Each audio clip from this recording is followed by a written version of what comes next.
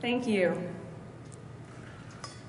I'd like to start my presentation today, next slide, there you go, with this quote. This quote is from a prominent development organization, whose name I'm going to withhold because I'm not interested in indicting them here today, or anyone else who operates with the best of intentions in the developing world, but rather to emphasize what those closest to the situation often believe. This quote was with regard to planning and preparing for the earthquake that hit Haiti. We knew it was a problem, but it was just too difficult to solve. So they didn't solve it. And the consequence of January 12, 2010 was the worst disaster in modern human history. By choosing not to solve it, not to dive into a difficult problem that definitely is challenging, the consequences were felt for hundreds of thousands of people that lost their lives in an instant, and millions of families to this day who remain homeless. It is a painful lesson that they are living with for the last 2.5 years, and that they are going to live with for the rest of their lives. When we consider why those families are homeless, why so many died, we have to consider how they died, and most of them died in their homes. A house is more than shelter. A house is a home. When speaking to a prominent African scholar about the slums in Kenya, he told me that the conditions they live in these slums equate to a missing human dignity, a lack of dignity because they lack proper homes. The home is the one place around this world where you and I expect to come home at night and put our children safely to bed, and they should be safe there. And that safety was ripped away on one day in January of 2010 in Haiti. And certainly public infrastructure did collapse. Schools, churches, hospitals all suffered on that day, but it was the collapse of homes, widespread collapse of homes that have left millions homeless and hundreds of thousands lost their lives. And the reason the recovery in this sector remains challenging is, just like in this country, a home is a private development.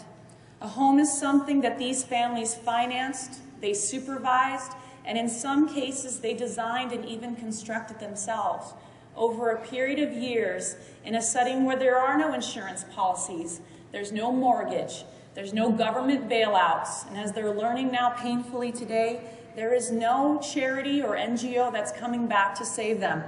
They're going to be left on their own to rebuild and recover, left on their own to rebuild these homes in the same way they did before the earthquake.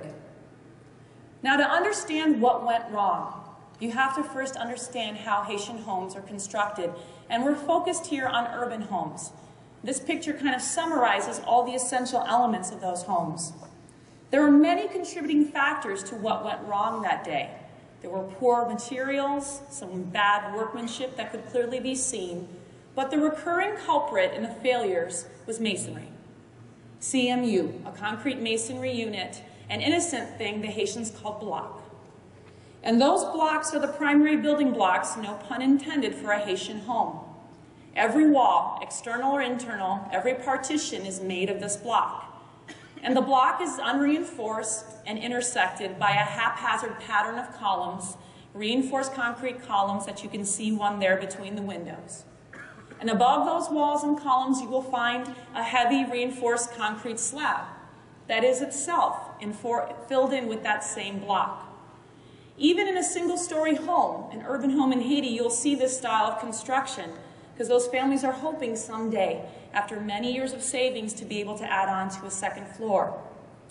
These homes generally have no beams to help tie that system together, so they are relying solely on these unreinforced masonry walls and these thin columns to support those heavy slabs. Now, when you take a look at the construction sequence that evolved organically around the use of block, you'll notice some other things that create challenges.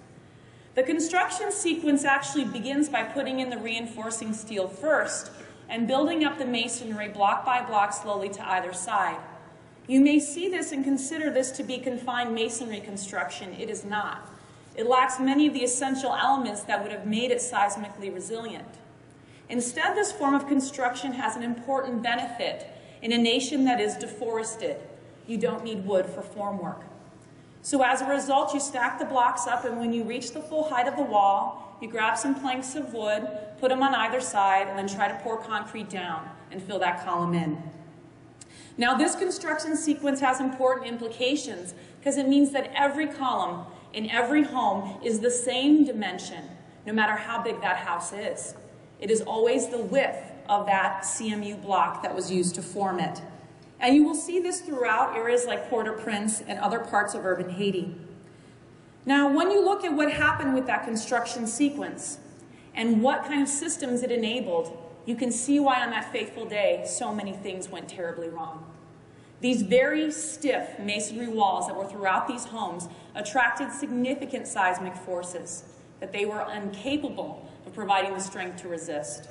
So they failed in dramatic shear patterns like these, this X-diagonal pattern appearing in walls all over the area. But the worst part is that once this wall fails, then it moves those forces over immediately to the columns. Now these columns, again, tend to be undersized. They also tend to be under-reinforced. Transverse reinforcement is generally considerably less than it needs to be, and as a result, the concrete is not confined, and the column catastrophically fails. Now, I showed you many images here of houses that were still standing when we got to Haiti.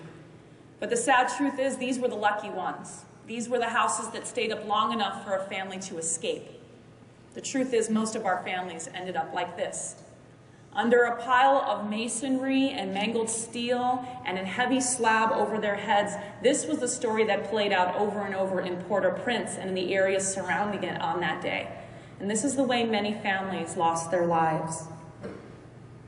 There is not one human being in this room who won't look at these images, won't see this level of devastation and destruction and ask one simple question: what is the solution? How could we ever find a way to stop this from happening again? I think we all agree that this is an essential human question. However, I contend that the question we ask next is the one that shall define us and shall define whether our solution is one that is truly lasting. And the question that was asked most commonly in Haiti was, how can we fix that block? And that's a common response. Throughout the world, anytime there's a disaster, our common response is to look at our construction practices, our design principles, and see what vulnerabilities were exploited by that disaster, and we fix them. And we find those remedies, and then we disseminate them in channels appropriate to the community we're working with. So in this example from the Pan American Development Foundation, you'll see literature that was intended to train masons on how to repair damaged homes. And this is entirely the response you would expect in this country or any country after a major disaster. But there's a problem when we take that approach to a place like Haiti. We never consider whether or not the families could ever afford to implement the changes we suggest. The reality is that these families lost more than their homes that day. They lost their livelihoods. They're trying to make stores in front of shanties now. And this was an informal economy before this earthquake. These families lived, many of them individuals, on $1 a day. How can you possibly then expect them to implement properly a properly detailed masonry home? When the reality is placed before them about how much these homes would cost, it turns out that a confined masonry home, for example, a properly detailed seismic solution, will cost them up to twice as much as their original home. It's just unthinkable. So for these families, the goal of a safe home is completely unattainable. So what becomes of them? They end up like this. These families have decided that they are going to take the temporary solution that they received from an NGO or a charity, and they will make it permanent. They will put an address on it, they will embellish it, they will add an annex and plant some flowers, and they will live here perhaps indefinitely. It is their sad admission that a permanent home for their family is just beyond their foreseeable reach. And then you'll have others who won the beneficiary lottery. They're the lucky ones. They got a proper shelter, like the family in the background, made of plywood. And while this seems like a great solution for them, it's running into problems now. In the heat and humidity and the conditions in Haiti, that wood is rotting. It's attracting mosquitoes, and those shelters are becoming stifling hot to the point where families would rather be on the streets. And then you have families like the one in the foreground. They had a different choice. They received a metal gauge, a light steel gauge frame that was wrapped in a tarp. This particular structure they were living in, and they would have a different problem on their hands. Thieves would slice through the tarp and while they were sleeping, rob their families.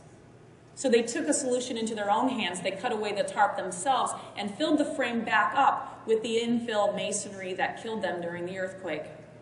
They decided to trade one vulnerability to crime for another vulnerability to a future quake. When you consider how families are living in these shelters, it truly is staggering. These homeowners are now called IDPs, internally displaced persons, and the density of IDPs in shelters like these is truly staggering. These shelters at best are 16 square meters, and the majority hold 5 or more people for the last 2.5 years. When you break down the 5 or more, we have found families of 7, 8, 9, and even 12 packed into a shelter like this, one room, for 2.5 years. So what do families do? They say, we're getting out of this. We'll go back to structures that have a red X marked in front of them that are condemned, who had walls that collapsed and are ready to fall again, and we'll just re-inhabit it, because it's better than how we were living. It's a way out of overcrowding and hot shelters where we're robbed at night, and we will try to find ways ourselves to repair the walls and move back in. And that's what these families have chosen to do. They're still vulnerable, but they're desperate, and there isn't another solution on the market for them. And then there are the lucky few, but they're really not lucky at all. The families who have resources to rebuild their homes immediately after the quake, who own land and are ready to do so. Here's a great example of where we run into problems with these kinds of families. March 2010, about 6 weeks after the earthquake, we found this site completely collapsed. It was a multi-story home, a very large home indeed. Within a few months, towards the end of the summer, we came back to the site and they were back at work. A mason had been trained in post-quake construction practices, and he was coming back to put this home together again. But the problem was, he had only made some minor tweaks and was essentially re-implementing the same system. There was no reinforcement in the walls, there were no beams to hold this very massive house together. He was just stacking the masonry with a few tweaks, a little more steel in the columns, and going back at it. He even admitted to us, he said, you know, when I get to the top of the wall and I have to put the slab in, I'm not sure how I'm going to do it. He said, I think the slab is what brought the house down. He didn't even recognize the vulnerability in the walls. And he said, so we're not sure what we're going to do when we get that high. And so we left him that day, and we came back. And he just kept going. It turned out the necessity drove him to keep on building, and now this house is going 2 stories, and he tells us he can take it even higher, 3 stories, maybe 5, on those same columns stacked higher and higher and higher. The necessity pushed them onward, and it shows us something very dangerous. If you simply train them and encourage them to go back to doing what they were doing, without oversight and supervision and many other mechanisms to make sure it's done safely, they will recreate the same vulnerabilities that proved deadly that day back in January. So why? How come the way we do things in this country, tweaking practices, training our professionals, why doesn't that work in some place like Haiti? Well, to understand why it doesn't work in Haiti, we have to understand what our process relies on. Our process is built on something very unique to this country and other parts of the developed world. It first has a body of architects and engineers who are trained and licensed and work with certified crews who know how to execute designs properly. We have the infrastructure in place to make sure that we have inspection and permitting and all kinds of regulations, including codes and standards, that all provide protection and ensure things are done right. So when a disaster hits us, we do immediately look at that hazard and figure out what went wrong. We find the vulnerabilities in the way we were doing things, and then we fix them. We adjust our codes and standards, and then we disseminate that out into our community through the tremendous capacity that we already have at our disposal. And that allows us to continue building custom designs and custom construction, which is a very beautiful thing. But we often forget that the reason we can do this is because we have a strong government and we have laws and regulations that enforce code. We have an educational pipeline that trains professionals and continues their education throughout their career. We have an engineering workforce that is capable of creating code-compliant designs that are custom to a client's needs. And we have a custom construction process that is backed by a strong economy that can employ crews who are trained and certified to get the job done right. What we forget, or we're often spoiled by, is that in many places, especially in places like Haiti, those fundamental underpinnings are lacking. They're not even existent, or they're woefully inadequate. Therefore, it's no surprise that when we try to take our existing approach of simply tweaking practices out into a setting like that, it fails miserably because the mechanisms are not in place to make sure that it is done right. So then we come back to this question again. So what is the solution? How do we stop this kind of loss of life? And that's why I say the question to ask is not how do we fix that block. The question is, why did they need to rely on block in the first place? And if we want to ask that question's a challenging one. It's going to be a long and painful process to understand the history of a place and why they do what they do. And I want to share that with you today. To understand how we're going to learn about this together, you have to understand the place that we're going to study, and that place is Leogane, Haiti. I want to tell you about that place today. It is a town of 140,000 people just to the west of Port-au-Prince. What you may not know is it was the effective epicenter of that earthquake. What you also may not know about this town is that 90% of its buildings were severely destroyed or damaged or collapsed that day. 90% of everything gone. So we want to take you to this town, and we want to let you hear their story about a town that was tired of waiting and is starting to recover. And to go through the process with this town that we've embarked upon, it's a very important process of learning how to empower a community to get out of that situation they're in and into something better. And that process begins with the most difficult first step. It's the painful one. It's listening. So we went into this town, as any engineer would, trying to understand resiliency. Why did these houses fall down? How can we stop this? We wanted to listen to what story could be told there. Because we wanted to make sure that any design we came up with could provide life safety against the natural disasters that we knew were prevalent in the area, but also the other environmental factors that they were up against. So we went to listen to what the hazards and vulnerabilities of this town truly were. And as I said earlier in the talk, we can recap what's wrong with what they were doing. Transverse reinforcement that was, again, insufficient to adequately confine the concrete in those columns. Columns, again, that were undersized due to the construction sequence that was employed. Poor quality materials and workmanship. A heavy reliance on unreinforced masonry for the walls. Structural systems that didn't adequately tie the building together due to a lack of beams. And something also very important, these homes were very heavy. So seismically, they attracted a lot of force. And this was part of what caused their catastrophic collapses. Then you have to consider the hazards you have up against you, and this is where you start to get scared. Now you're in a setting where you have both hurricanes and earthquakes coming at you. Hurricanes that will come every year and dump considerable rain, strong winds, and flooding. And earthquakes that we know historically from the patterns we see in Haiti that will come in pairs, if not trios, within the next few decades. How do we get these families ready for that? Well, now that we see what we're up against, we've got to ask ourselves the question, what do we have to work with? Let's listen to what the community has to give us to work with as professionals. And the problem is, to make our solutions feasible there, we've got to have them operate within what can be practically implemented using their local skill sets and the materials they have and the construction technologies at their disposal. And that means we have to understand their capacity constraints. Well, this is where you get really sobered up. Here's what you've got to work with. The construction materials at your disposal, you'll see them throughout the towns. They're stacked outside of the walls of where a house once stood. You'll see a pile of stone. They can dump some aggregates for you. You'll get some nice coarse aggregates that are often completely smooth. You'll get fine aggregates that are full of organics. You'll get some dirty well water. You will get some very precious reinforcing steel and cement, but that's going to come from the Dominican Republic, so it's very expensive. Use it sparingly. And you're going to get those wonderful blocks. That's the only locally produced construction material, and this is all you've got to fight earthquakes and hurricanes. So good luck.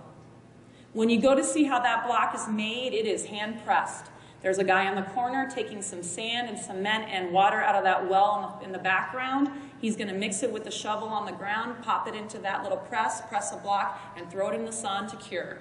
And that's the kind of block you're going to get, and you can crumble it with your hands. And if you want to see how your concrete's going to be mixed for your columns and beams and your foundation, well, there you go.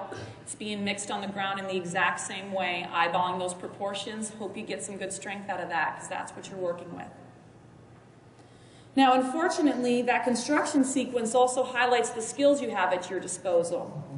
It shows you that crews are comfortable and familiar with making a shallow foundation, usually out of stone. Perhaps they'll cast a slab. They can drop some field-tied rebar in. It will be, again, in poor condition and with bad quality control. They're going to stack blocks painfully, one by one, again, often without good quality control on that masonry work. And when they get high enough to the top of the wall, they'll again throw a couple planks and try to pour that concrete down there with no vibrator anyway to make sure it fills the column in. So these are the skill sets you have at your disposal. This is what they know how to do. Now, when you take that a step further and you go out and try to figure out, well, how do you even find a good crew in town? You start having conversations, you'll find out that crews are very fluid. They're often hired a day at a time. That's the only way you can make sure they do a proper job. You can fire them at the end of the day. They're paid about $10 US a day for their labor, and often most of them don't have formal training. They have a head mason or foreman who is trained, and he will help to usher the crew around. Most families cannot even afford the $10 US a day to pay a mason for the very labor-intensive process of building their home, so they'll do the construction themselves. And that's what you often see.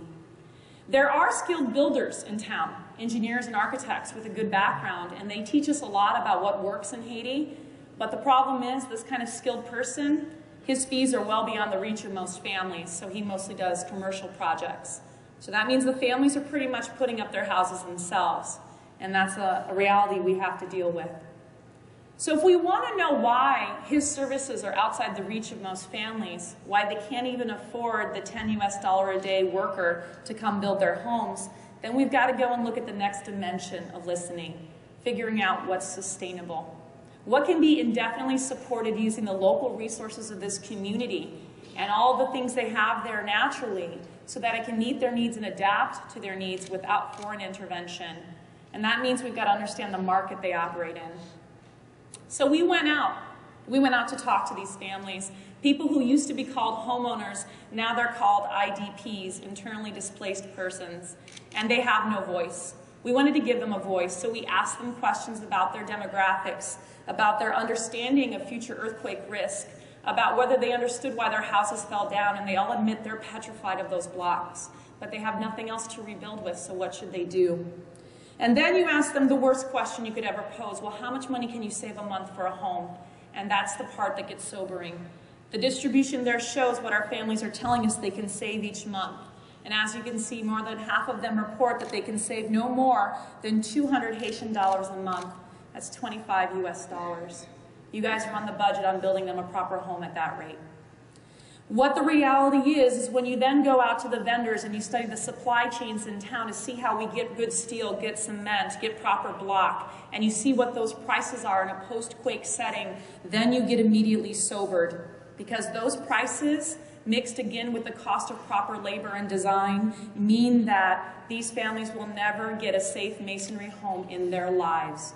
They could save every day for the rest of their lives, and they can never be able to build those homes safely again. This is a setting where there are no mortgages, there is no insurance, there is no government bailout, there is no line of credit. And so what does that mean? You build your home block by block, day by day, every time you get some money, and if you're casting a column and you run out of concrete, you just stop mid-pour, and that's the way it's going to be. There are so many vulnerabilities introduced by this progressive construction, but if you take time to listen, you understand how they got here. They had no other way. So if these families are going to be asked to do something that the charities never asked them, the charities gave them a tent and walked away. We asked them something different. How will you pay for your next home? Well, now we know their resources are very scarce and something they don't easily part with. The only way they'll part with it if you give them a proper home. Therefore, the next thing we must listen to is what would a home have to be in a place like Haiti to be viable, so that families would part with their precious resources to occupy it, so that it would be supported by the local community as not only culturally appropriate, but something they'd be proud of, something they would promote. And that means we have to listen to their cultural context. If you start listening to the families, you learn a lot about why they built the way they built. They usually have at least about 5 people in their family that live in about 3.5 rooms. The reason I state this is because that one-room shelter goes completely against their cultural expectation for a home with individual rooms for the different family members. This is something they want, so if you're going to make them part with that $25 US a month, you have to give them a home that meets that need. You also will find out from them that they don't want to share with other families. They want single-family development, single-family home, because in their culture is this desire to have this as mine, with my yard and my fence, and for these people, their home is their symbol of dignity and pride, and they want that. That means when a foreign entity comes and proposes apartments, it will be soundly rejected. This is what these communities need. They are willing now to not build multi-story houses. You'll see single floor was the dominant response because they watched those slabs come crashing down, and they're okay with staying to a single story with a light roof, and we were happy to hear that. But we were sad to hear that 1 in 4 will remain stuck because they don't own land. And land ownership is another difficult thing in a setting like Haiti that leaves many families isolated, even if they start to accumulate the resources to rebuild.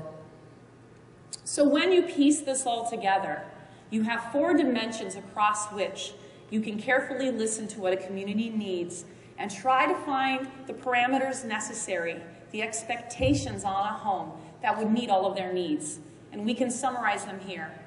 What a Haitian wants is a home that's hurricane resistant and earthquake resistant, that has environmental durability to withstand the harsh heat and humidity and the beating sun of a setting like Haiti, and provides security so that they are not robbed while they sleep.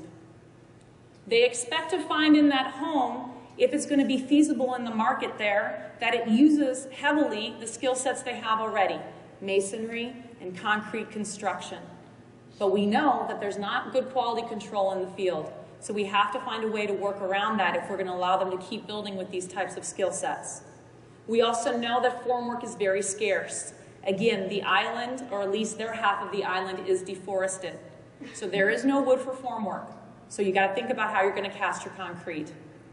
And there's an abundance of manual labor, so if we can find a way to use that labor and train them properly, it's a valuable resource to get these houses built. We just have to tap it in the right way. Now, with respect to sustainability, again, our intention here is not to give homes away. We want to create homes that these families can build themselves in the free market by acquiring them in the same way they did their original masonry homes. But we know, again, to make it cost-effective, we have a minimal reliance on wood, any kind of metal, or other manufactured product. We pretty much must stick to what they have there in country. And it better compete with its final price tag on the market with CMU, because if we can't beat the price of even an unreinforced masonry home, they are not going to come and adopt our solution. And remember, again, they're highly resource constrained. Their cash flow is very irregular. So however you're going to retail these homes or sell them, because again, they don't have mortgages, has to operate within those cash flow constraints.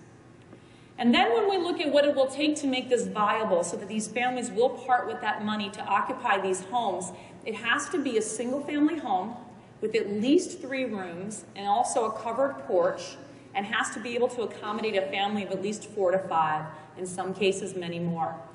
The other thing that's important to them is appearance. Again, you may not expect that, but if they're going to part with those savings, they want a proper home that again gives them dignity, which is an important thing to remember. So the appearance of those masonry homes, they liked that because it felt like a proper and dignified urban home. And of course, given the heat and conditions there, any way we design these homes must have good ventilation and a cool interior. So think about these parameters as we move forward now to consider where we're going to go next. So after we kind of thought about things, we said, you know, all 4 of these dimensions are equally important if any solution is going to work in Haiti. We can't just focus on the engineering. It's so much beyond the engineering and coming up with a design that will work. It considers all facets and all disciplines coming together. And what we found is that if we were going to find a true solution to what happened that day in Haiti, then the only way we would truly empower people is if we came up with a solution that met those requirements in all 4 dimensions. And we call this our empowerment model. And we set out to figure out if we could find a way to evaluate how well a solution would comply with this.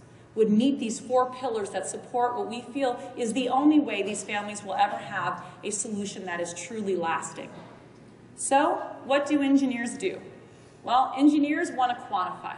We want a rubric. We want a way to measure how well a proposed housing design would meet these requirements. So we went down to Haiti and had a community planning workshop. It was held in March of 2011 in the town of Léogâne, and it was coordinated by Notre Dame's Haiti program. It brought together NGOs and people from outside of the country, as well as local citizens, local officials, as well as UN Habitat and other agencies operating in the region. And in that process, we took a lot of feedback from the community, and we listened to what they wanted in areas like education, health, and in things like economic development, and in one other area, housing, which was the group that we led. As part of the housing group, one of our jobs we felt was to develop a way, again, to evaluate potential solutions so we can make a recommendation on how they should rebuild. So we did so. We sat there in brainstorming sessions like these where we went through every attribute of a home and how they fit to those 4 dimensions I've been talking about. And then we considered every possible material that you could build a home from, and every possible structural system you could employ. And then we didn't preclude anything. We didn't want to judge a system and say, oh, this can never work in Haiti. We put everything on the table. And we said, let's make a quantitative way to evaluate each of these solutions and let the best man win. So that's what we did. And we sat down with the community and we had them score what was most important to them, which attributes of a home were most essential. And through that scoring process, we got weights that we were able to use in our rubric and create a way to evaluate potential solutions. And this all sounded really great. We were quite excited by this. And then we ran all the possible housing models we could think of through this metric, and then we got our answer. And the worst part about listening is sometimes you don't like the answer you hear. The top solutions that hit all 4 criteria that we had established, being able to be made resilient, sustainable, viable, and feasible in a setting like Haiti, the top 3 all used CMU, used block again. And it was frustrating, but it made sense. There was no other material on the market, so while we could come up with other types of housing solutions, when you ran it through the sustainability check, it failed because you could never afford to build it if it was imported. So we had to walk in the room and tell those families that because there are no other free market solutions, because of the fact that the only native construction material you have is stone, because of the fact the only thing you locally produce is block, and because of the fact that you have high winds and flooding, which the block resists very well, we have to tell you to reuse what killed so many people that day. And that's a disappointing moment to stand in front of them and tell them that the top solutions available to them are the ones that prove deadly. So it was that moment that we could have packed up our bags and left Haiti and said, this is way beyond our control. It's constraints beyond what an engineer can fix, and we're done. Or you can do what crazy university professors do. You just come up with something new. So we decided to innovate. And that's kind of how our story was born. And we decided to go back and try something new. We decided that let's listen a little bit longer. Let's listen to the past. Because the past can tell you a lot of things, and it might even tell you your future. So that's what we did. This photo is taken in Léogâne. In the foreground, you see the mangled mess of what used to be an unreinforced masonry home. We know this story. But listen to the story that's being told in the background. That is the story of the gingerbread house. This is the historical construction style that you would see in Haiti from the colonial days. This is a termite-infested building that has seen so many hurricanes and floods and even an earthquake, and look what she's doing. She's standing. She reminds us that there was a way that you could once build on this island where you didn't fall down in an earthquake or a hurricane or even under the harsh environmental conditions, but those were the good old days when we had wood. But what she does teach us, even in her dilapidated form, here's another one, is that if you have a different structural system that's lightweight, you have a chance to survive. If you have a structural system that employs framing and cladding of thin panels or planks in this case, you have a chance to survive. But unfortunately, there just isn't a way to build these anymore because all the wood is gone. Even when you look at the humble implementation of these beautiful colonial structures for the common man, what we call the bottom of the pyramid economically, they still did well in the earthquake. And that's because they employed the same principles, lightweight wall systems that are supported by a frame that resists the lateral loads, and they found ways to survive. And so, couldn't you just make a modern gingerbread? At least that's what we were hoping. So we went to it. We said, first thing on our checklist, let's make it resilient. How can we make a modern gingerbread? And we just can't use the wood. So let's think about what we asked our families to do. If I went back and told them to fix the masonry, I was asking them to put steel in every single wall of what we now know to be highly partitioned homes of at least 3 or 4 rooms. That's so much steel they could never afford it. So let's say to them instead, take the precious money you have, the little steel you can't afford, and put it in a frame. Put it in a proper frame and bring the frame back as a construction process, as a system in this community. And we know you don't have wood to do the frame, so we'll do the frame out of concrete. And we'll put the little resources you have in doing that frame right. So first thing down, structural system is changed, and we will design it to be compliant with international standard, and we will standardize that design and make it available to you. You don't need to hire an engineer. So we'll create standardized versions of this. But now we need to clad it, and that's the problem. So the next thing we did was change the cladding elements and the partitioning elements for this system. And what we introduced were lightweight concrete panels that were basically reinforced with mesh, and they're thin and lightweight and used as a prefabricated element that could be placed on these frames. Now, the first thing that happens when you take one of these out into the community and hand it to a Haitian, they take it and try to punch it. They want to see if you can break through it, and they'd never seen something that thin and light that you could actually not break through. So they realize suddenly that it can provide the security we need, but from an engineer's perspective, it no longer is transmitting forces in the earthquake back to the frame. So we've effectively isolated the cladding system from the structural system, which is a major thing for us. But now the problem is, how do we teach them to do this?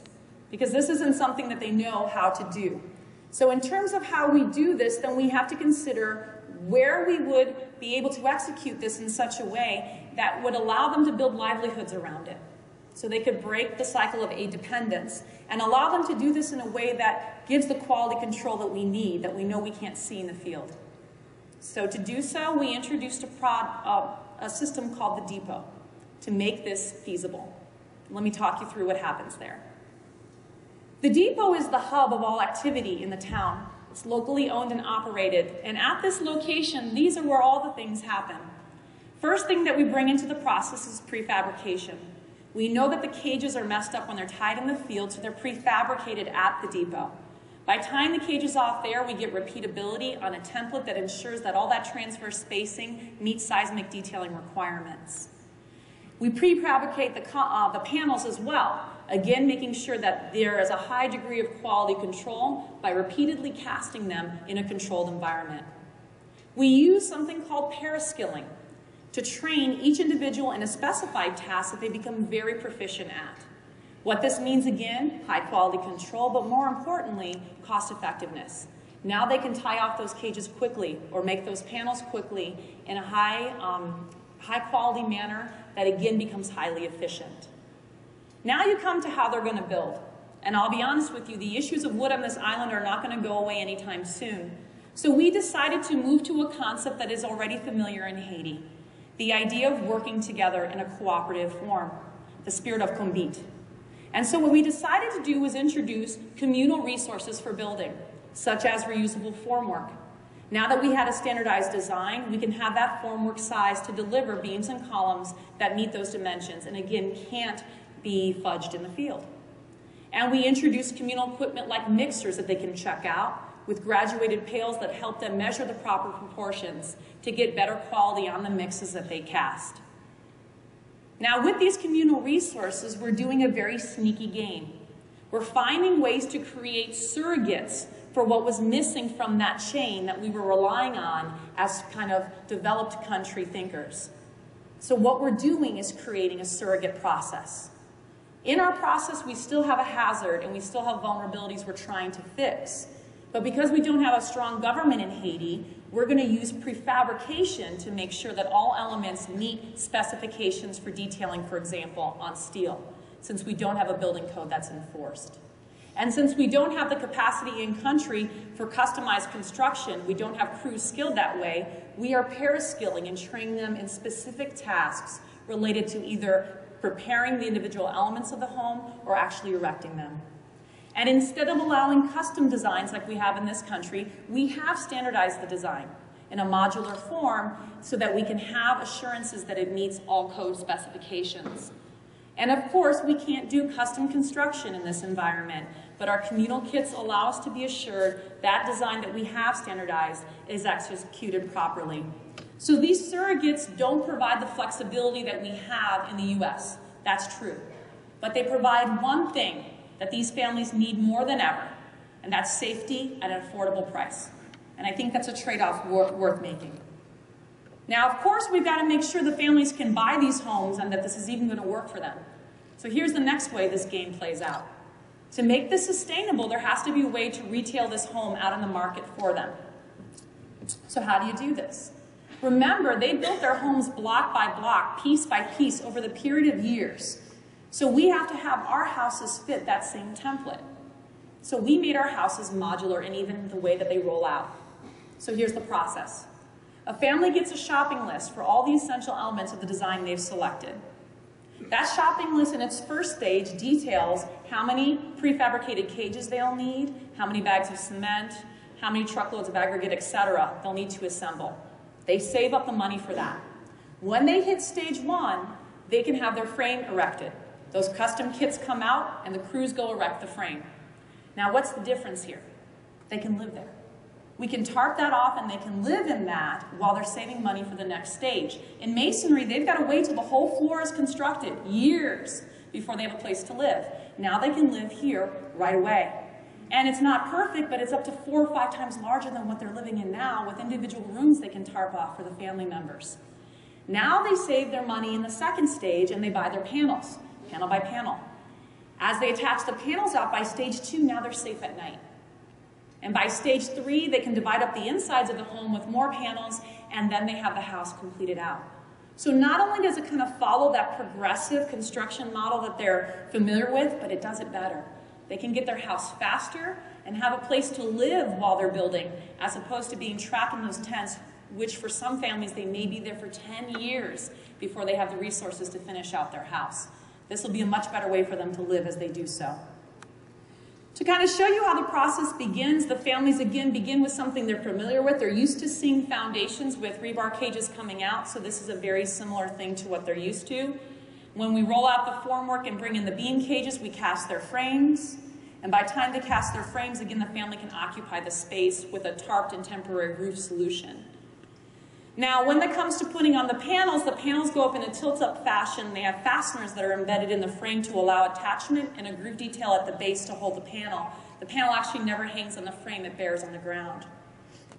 And once they've paneled out their house, they add their window details. We go back to the colonial style window, which is a full height window and door, framed in wood and attached by the same detailing procedure, and then the roof goes on top. Again, we're not going to 2 stories anymore, keeping that roof lightweight. Again, this would be phase 2, and at this point they can occupy the house and again have a safe location where walls can no longer be cut through. And as they move in the inside, they can add their panels and finish out the inside however they need to, configuring it to their family's needs. And once they're done, they have a home that's a proper home that can be expanded, and this modular footprint can be changed to include a covered porch, which many of them want, a bathroom, which they desire in the future, though there is no running water and sewage in this town, so it'll be some time before they'll have that, or at least a covered kitchen. What these families are really excited about is that they can do this for cheaper than block. And so when you explain to them, that's Creole, if you've never read Creole, it's cheaper than block, and that is something that's attractive to them. But that's not a good enough value proposition. Because as you can see, these families are poor and they will cut corners and live in other types of dwellings, so you have to have a way to make sure this is going to be viable.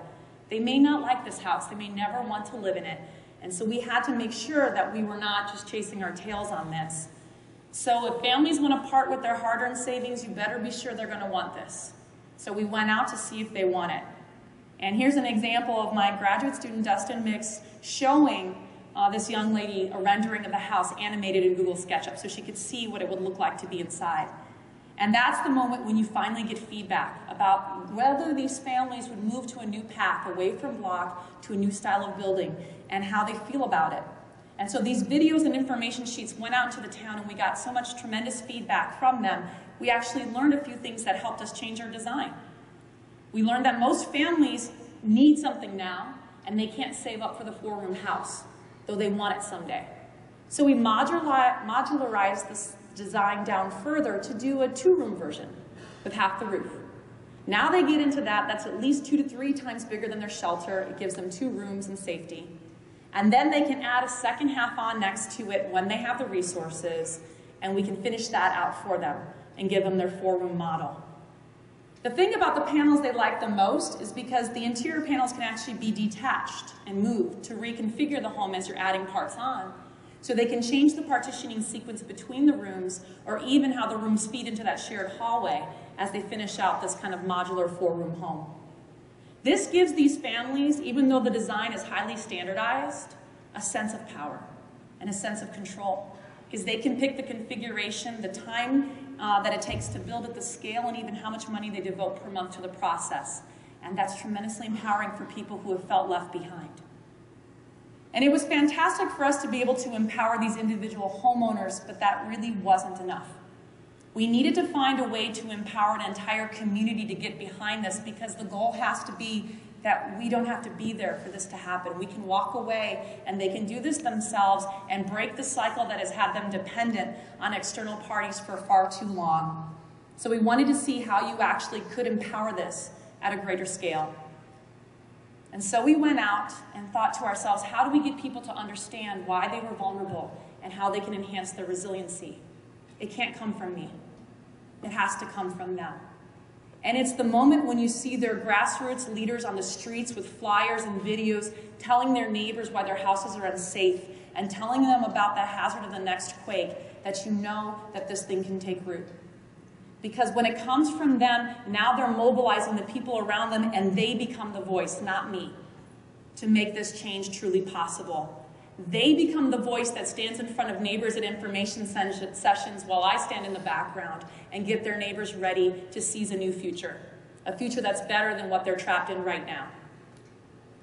This is the way you energize commitment to self-financed recovery, recovery that's not going to be supported by the UN or any other entity who has left these people behind, but something that they will do for themselves. And you make sure that this is going to remain rooted and feasible by putting your roots deep in that community, by reaching out to community groups who have their feet planted strong. This is an amazing group, and I want you to know about them. Their name is CURL. They are the Citizens United for the Rebuilding of Leogán, and they were tired. They were tired of being left behind while everyone ran to Port-au-Prince. They were tired of foreign entities coming to their town and telling them what their town should look like and what kind of reconstruction they would get. So they banded together. And they said, we are going to be the voice for the people of this town, and you're going to listen to us. This is an example of community-led redevelopment, a community that organized itself because its leadership was weak in its government to find a way to better their life. So by partnering with groups like CURL, we ensure that we have deep roots in the community because they can help to propagate this story forward and move this solution out.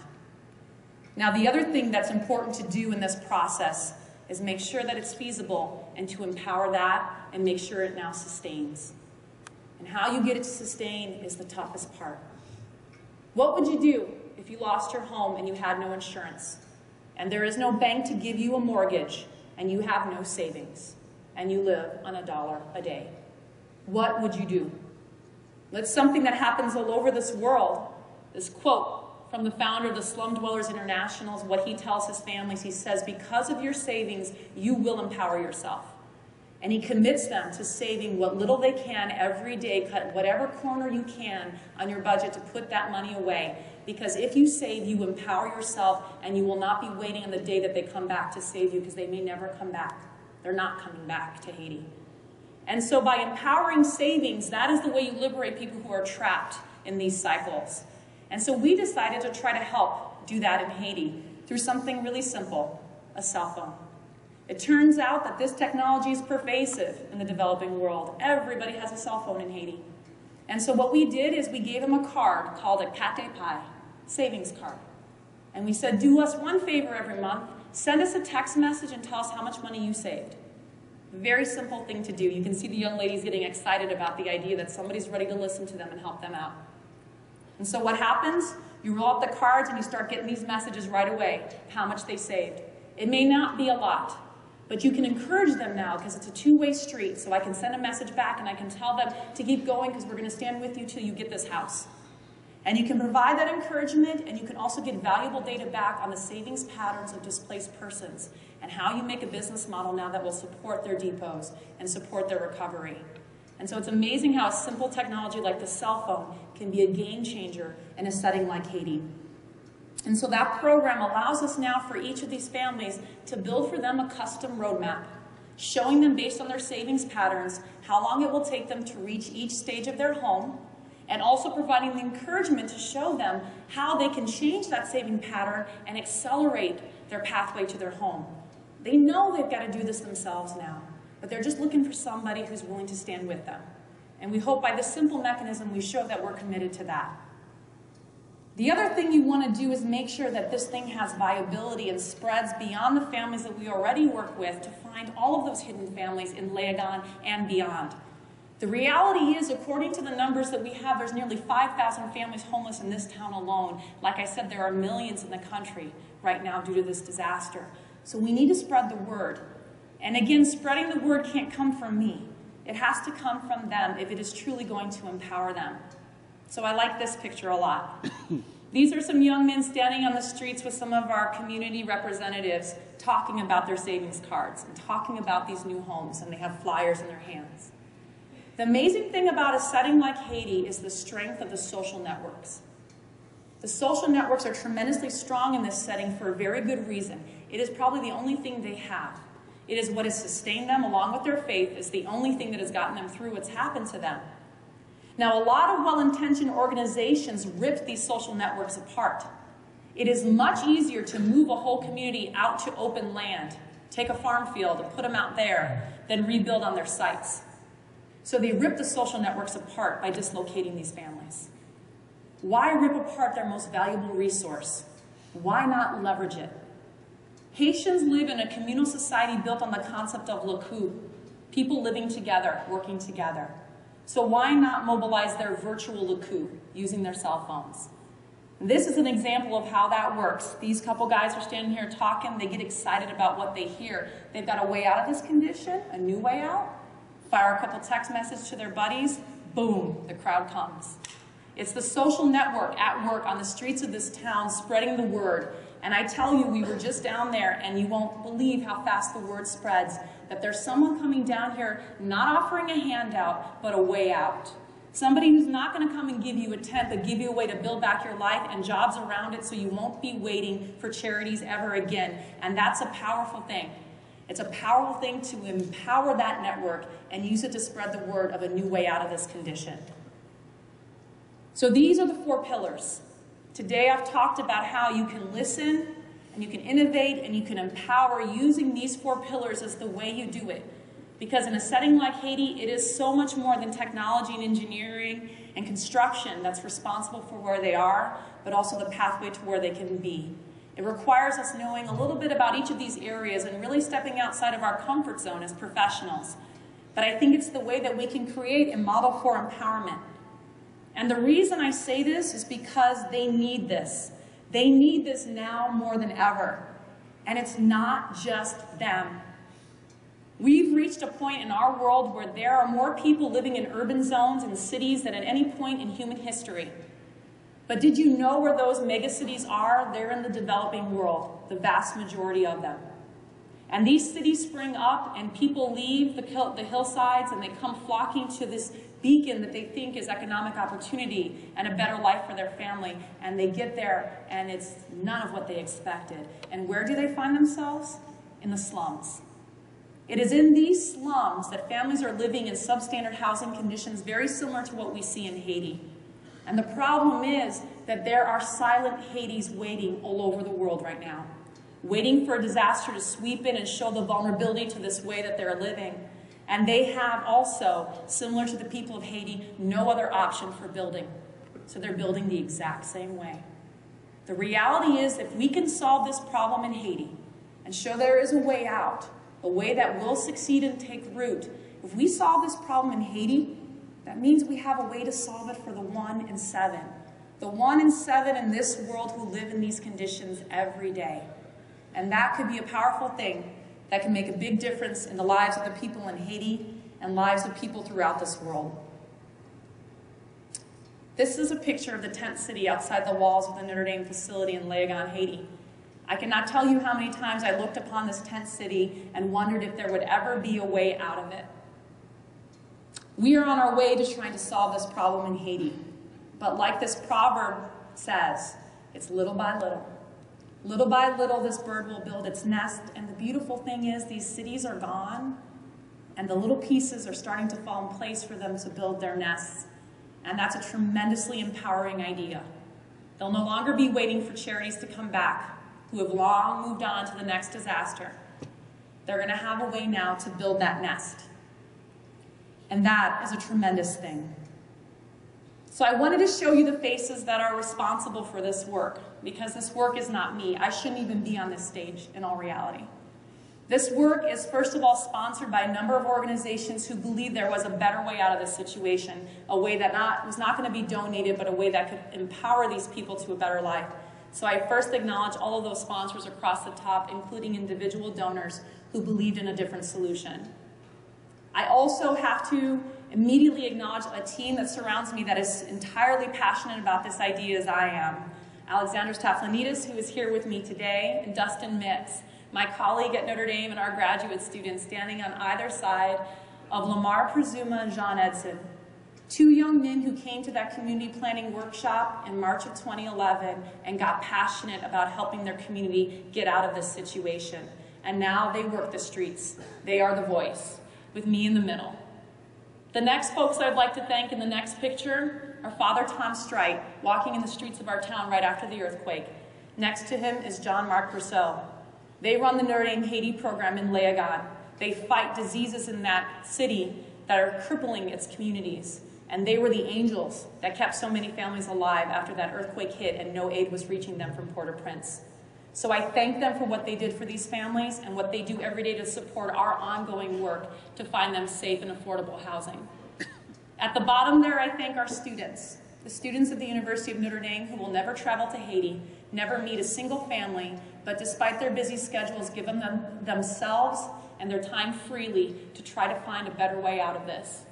And the last people I thank are the people of Léogâne, Haiti, who have taught me a lot more in this life about what truly matters, about faith and perseverance, and they are my inspiration. So I thank them because I would not be on this stage without them. And I thank you for listening, learning how to innovate and empower, and considering for a moment how we can, je n'ai plus capacité indépendante, build independent capacity in Haiti. You can visit engineeringtoempower.org to learn more about our story. Thank you so much for letting me tell you theirs.